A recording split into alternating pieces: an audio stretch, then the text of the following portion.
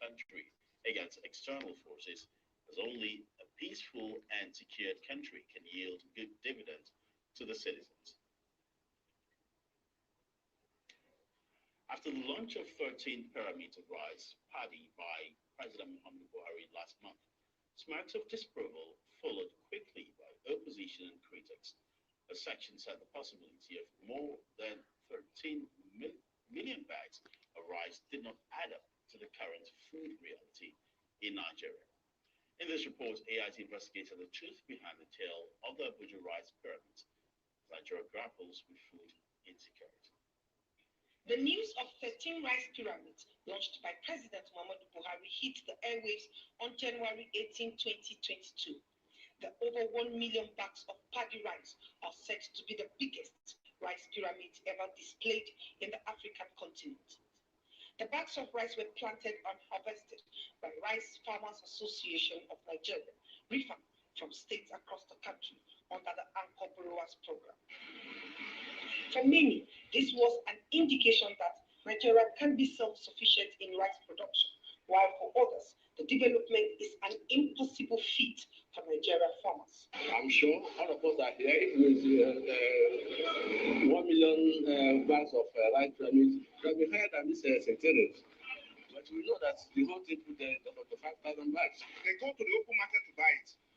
And come and look at the rice pyramids. AIT decided to investigate the controversy surrounding the claims and counterclaims of the Abuja rice pyramids. On arrival at the premises of the Abuja Chamber of Commerce and Industries on Airport Road, we noticed two canopies were mounted on the field with RIFA and integrated rice millers officials taking stock during the evacuation. An official of a rice processing company whom we met on the field told us that because he had witnessed the evacuation of one rice pyramid, he could boldly tell us that they are real. I didn't say anything. When they are uploading, they are gathering everything. There is nothing. There is only pure rice is there in the pyramids. We asked chairman of the Rice Loaders Association, commonly called laborers, Malam Hamidu Merogu, why the rice pyramids were padded. He was somewhat taken aback. Merogu told us he did not understand why we thought the venture was unachievable. Ache katako banna ta yi over. An yi banna. Hasada ce kawai. Shinkafa ce kawai. Muka tsara a wurin nan. Wanda ya ce katako ya zo ga muka shi. Ki gwada mana inda muka sa katako ga wannan aikin. RIFA president, obviously angered by the lack of confidence expressed by critics in the success and hard work of Nigerian farmers through the Anchor Borrowers Program, said his only concern is to help Nigeria achieve food security. We did this kind of thing deliberately so that Nigerians will know that they are sitting on unlimited wealth that can engage each and every one of them and can make each and every one of them win. Experts say the collaborative effort of RIFA and the CBN has made Nigeria close to being the biggest self-sufficient rice-producing country in Africa after Egypt, despite the insecurity and floodings. 2 weeks after the launch of the Abuja rice pyramid, to come accepting the facts for myself, to witness the evacuation of the rice pyramids. At the end of the day, AIT investigations revealed that there are no sand, husk, no pyramid frames under the rice bags. Aga Omone, AIT News, Abuja. Well, that's the world using Kakaki, the African voice. Let's bring you. This is NBN Network.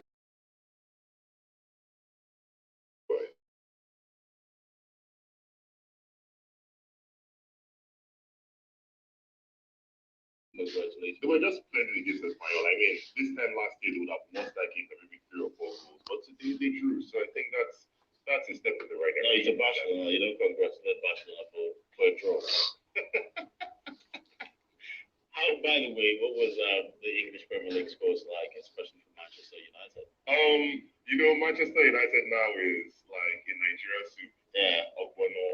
All they do is draw these days. Yeah. So I think a lot of people who bet have been winning a lot of money just taking on Manchester United to draw.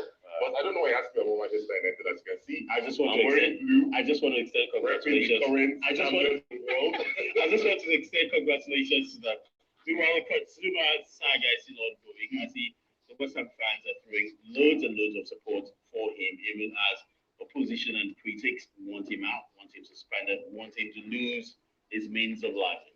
So it's quite ironic because we've not seen this sort of reaction when racism was the issue. Yeah. We saw when Luis Suarez racially abused Patrice Evra. We saw how so many people supported him. His sponsors did not think of withdrawing their support for him. But now, because Kurt Zuma, a black man, kicked a cat, all of a sudden he's the most evil person in the world. He's a wicked person. I really think at the end of the day, they need to understand that some of these issues are treated by different people in different ways. Kurt Zuma doing that does not mean he's a good person. I mean, the cat was his pet at the end of the day. He has been taking care of the cat. So I don't understand why so many people are quick to elevate the lives of animals over those of human beings. It was an issue, but not as big as the news press is trying to make it out to be. Absolutely. Couldn't agree more. All right, let me leave the floor for you. Thank you very much. Today, let's talk about fairy tales. A fairy tale could be defined as the realization of something magical. Don't worry, I'm not here to talk about Cinderella, Snow White, or even Sleeping Beauty. I'm here to talk about real-life fairy tales, a fairy tales in sports. In 1992, a Danish team that was given just a week's notice to participate in Euro 1992 after a civil war in Yugoslavia forced UEFA to remove the country, won the Euro 1992 tournament. Denmark defeated the likes of Eric Cantona's France, Frank Rijkaard's Netherlands, and Jurgen Klinsmann's Germany to win that title. In 2004, Greece also had a fairy tale ending, winning the Euros by defeating the likes of Portugal, Czech Republic, and France. Here in Africa, Zambia won the AFCON title in 2012, something no one ever saw coming. And who can forget Claudio Ranieri's fairy tale season with Leicester in 2016, that saw the Foxes win the English Premier League title 2 seasons after gaining promotion from the Championship. And that brings me to the most recent fairy tale ending that seems to be unfolding right before our eyes. It is the story of Remo Stars. In 2018, Remo Stars returned to the Nigeria National League following 2 unremarkable years in the Nigeria Professional Football League. Last season, Remo Stars were in the Nigeria National League, and in spite of a stellar campaign that saw them amass more points than any other team, they almost missed out on qualification to the MPFL, as Bendel Insurance could have easily taken their spots if the Edo outfit had just managed to win 1 game. Today, Remo Stars are not just in the Nigeria Professional Football League. They are one of the top teams in the league, currently sitting 3rd on the log. Could the appointment of Benga Ogumbote be the reason for their success, or the deep pockets of their owners? The Ijebu outfit was unbeaten for 11 consecutive league games before losing to Gombe United yesterday. Don't get me wrong, teams lose games all the time. Even Leicester lost some games on road to their fairy tale victory. Now that Remo Stars have lost their unbeaten streak, will they power on to a fairy tale ending, or will things go downhill from here?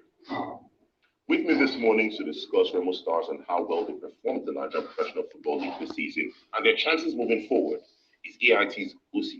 Good morning, OC. Good morning, Khalid. So we've seen Remo Stars, we've seen the magic they've been able to do. Unfortunately, they succumbed to a 1-0 loss away from home to Gombe United. But I don't think that should allow anybody taking away from what they have managed to do so far, from winning from advancing to Nigeria Professional Football League, having an 11-game winning streak in the NPFL, drawing and winning games away from home. They've been truly remarkable so far. You know why this is special to me, especially I want to call myself a new fan of Remo Stars. It's because this is a team that is returning to the MPFL. They've been in the NNL. If you remember, the last time they were in the NNL, in the MPFL, it was not funny for them. They were battered, they were beaten, and they disappeared for years. Now they came back, gun blazing rather, and they've been able to hold their own for 11 games back to back. I want to give a massive kudos to that team. It's high time we give that guy, all the kudos it needs, because he has been doing well for that team. He has been able to stabilize that team, taking them to far places and back. Unfortunately, he couldn't do that at the Patani Stadium, playing against Gombe United. Playing in the north is not an easy feat at all. So them losing there at the Patani Stadium was something that was almost noticeable that it was going to happen. If Remo Stars was going to lose anywhere, it was definitely going to be in the north, and it has happened. Yesterday before the match, I was chatting with some other sport journalists, and one told me yes that he sees that unbeaten run ending right there in Patani Stadium, because officiating can happen. Although we were not able to see the game on TV because of the usual happening, because most of these games For all the games right now, this is they are not on TV. So it's when you see all these games on TV that you know those those referees and what have you will be on that game because they know the whole world is watching. But I've not seen the game for me to assess and give my own judgment. But all this I want to give massive kudos to these young men that have been able to hold their own so far. They are third on the table. Unfortunately for them, they are third. How is that unfortunate? That's still okay. That's yeah. No, looking at the effort they put in, looking at the the incentive, looking at the commitment from these players, and also commitment from the owner, Kule Soname, who has been able to fly these guys from their Djibouti, although they will come to Lagos and take their flight to very bad destination they are going to. And that is one thing I've always been clamoring for.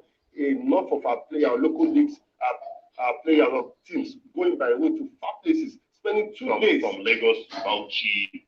Okay, because we still have been thinking about from Lagos to Bauchi, it's painful, and that brings me to MFM. MFM, another publicly owned team or a church-owned team. It's still a private organization. Yes, faith-based actually going down the drain right now. You see, lost last night. They lost again. So it shows that I don't know where I want to begin to draw the line now for MFM that was also doing well also in the league. Just I came to what we've seen with Remo Stars, and now they are. I don't want to say that fate is sealed because they are inching closer to relegation, and nothing is happening. No one is taking, the complex to say no. This club I won't allow, not under my watch. I won't allow this club to disappear. No one is doing that. They've been disappointed. They've been shambolic. So they've been falling short of the glorious days of MFM. Rather, a team that has produced the likes of Siku Alatu, Stephen Ode. Those days, Stephen Ode was the highest scorer in the league then before he disappeared from the Nigerian scene. So it's painful. It pains me also because I've always been a fan of privately owned teams succeeding and not for who is going to the government cap and hands for teams to be taken care of. So it's a painful one. This is a crime for me. Another fan of MFM. These days, I have to support more of those privately owned teams than are the usual government-owned teams. So this is a passionate appeal for me. Well, if you're watching, if you're one of those eggheads in MFM, do something. That club shouldn't go down the wire. And Ifeanyi Ubah, we're discussing about Ifeanyi Ubah, they disappeared. And let me inform you that Ifeanyi Ubah sold his NLS, Nigerian National League slot to Sinosho FC. So, and Ifeanyi Ubah has gone down again. What tier? Yeah, to the Nigeria. Third tier. Yeah, to the third tier. Talking about the nationwide league. That's why that is where Ifeanyi Ubah has found itself. They sold their slot, the Nigerian National League slot, to Sinosho FC. So why did they sell their slots? Well, it's best known between Ifeanyi Ubah and Sinosho of Ebonyi. So it just shows you some of these things that have no business going down, they are going down. Back in days, we used to have a Plus that was bought by Ifeanyi Ubah according to my sources, and that team has disappeared. Now Ifeanyi Ubah the same way, and that team from Newi. And MFM, are they going to go the same way? Except those guys do the right thing. I can remember that back in the day when the Nigerian Professional Football League was still the Nigerian Professional Football League, we had clubs like Stationary FC. Yes, we had clubs like Julius Berry. Like we had reputable teams run by reputable organizations who were quite competitive. I mean, our very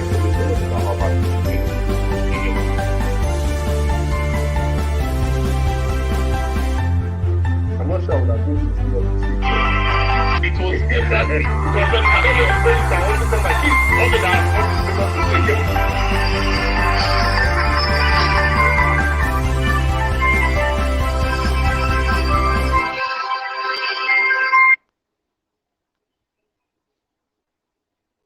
This is NBN Network Media, news for all races, connecting you to the world.